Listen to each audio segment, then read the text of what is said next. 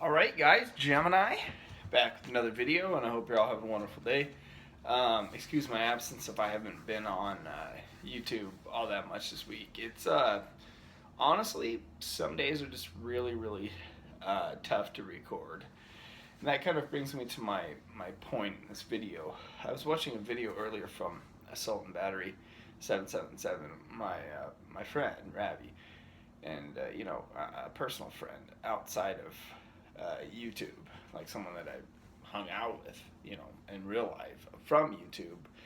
We'll get to that here in just a minute. A little bit of response to the video he made about the YWC being dead, and we'll get to that here just a minute. First thing I'm gonna let you guys know, I've made the decision for my life, for the future, that I've given up dipping tobacco, and I have over 2 days down now.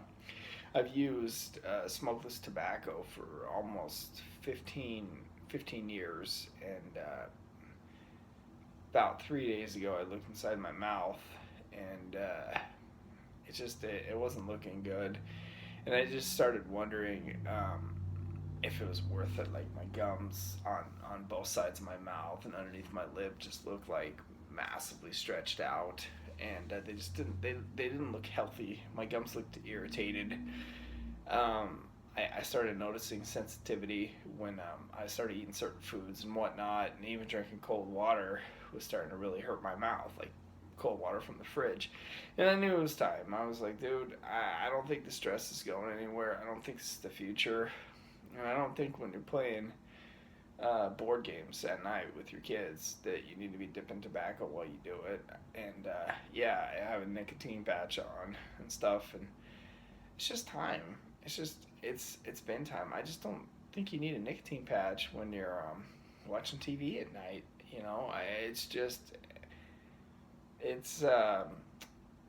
it's just one of those things. It's just I'm trying to surround my life in positivity and with happy things, not sad stuff. Maybe at one time I enjoyed dipping tobacco, but I think I'm to the point now where I'd rather not have my mouth hurt when I'm eating my dinner at night.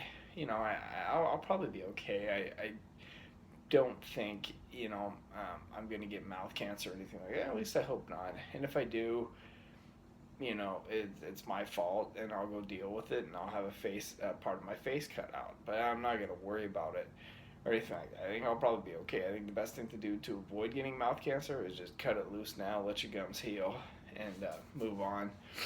Anyways, yeah, Ravi made a video about how he thought the YWC was dead and blah blah blah, and how people lost interest in it.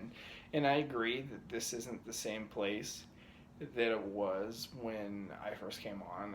When I first came onto YouTube, holy crap! If you were out and working during the day, you couldn't wait to get home at night and watch everyone's videos. And man, I mean, you cared, and you wanted to be involved in that. And there was so many guys with so much good wrestling knowledge that made videos. I mean, God, I used to go home and watch The Real Classic, and then I would watch True Slayer, and I'd watch Ravi, and I'd watch Miguel and Stevie, and I would watch Monoxide, and Wrestling Jesus was on fire, and I'd watch all these guys, and I just thought, man, I gotta get involved in this, and I gotta do this. I gotta make my own impact, and I did. I became pretty well known on the website.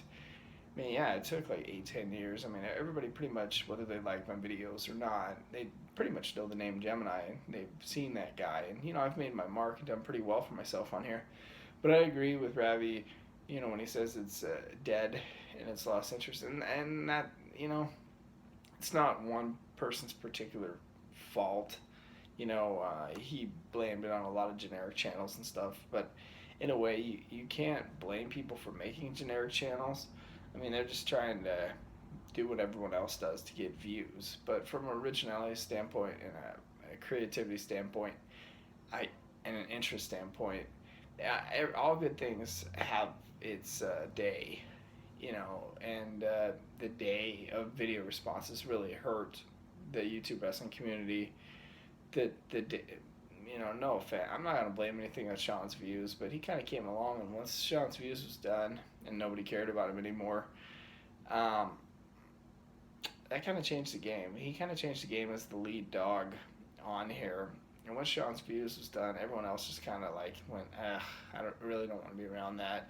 I'm not saying that Sean's Views wrecked, YouTube or anything. Like he helped and he was a dedicated member, but during that time when he was the lead dog on here, things just kind of changed a little bit from the way he did his videos. He started doing news, and then everyone kind of followed suit on it, and things just. And I left for a couple of years. I was kind of like one of the lead dogs on here for a couple of years, but I left for a couple of years. It was never really the same. The crowd was never the same. Um, yeah, it's just a different time right now. But it is what it is. I don't know. I just don't really see the interest coming back in it. I think it was really fun and exciting. Iceman and Boston Fan and watching their videos and whatnot every night was a really it was a good time. I used to really enjoy it. And things were hot and a lot of people cared and just all good things come to an end and you know but there's just so much more important things to do in life than just record videos about wrestling all the time. I think I watched them slowly go down one by one and stop recording. Spinnernet, barely recorded. True Slayer never recorded.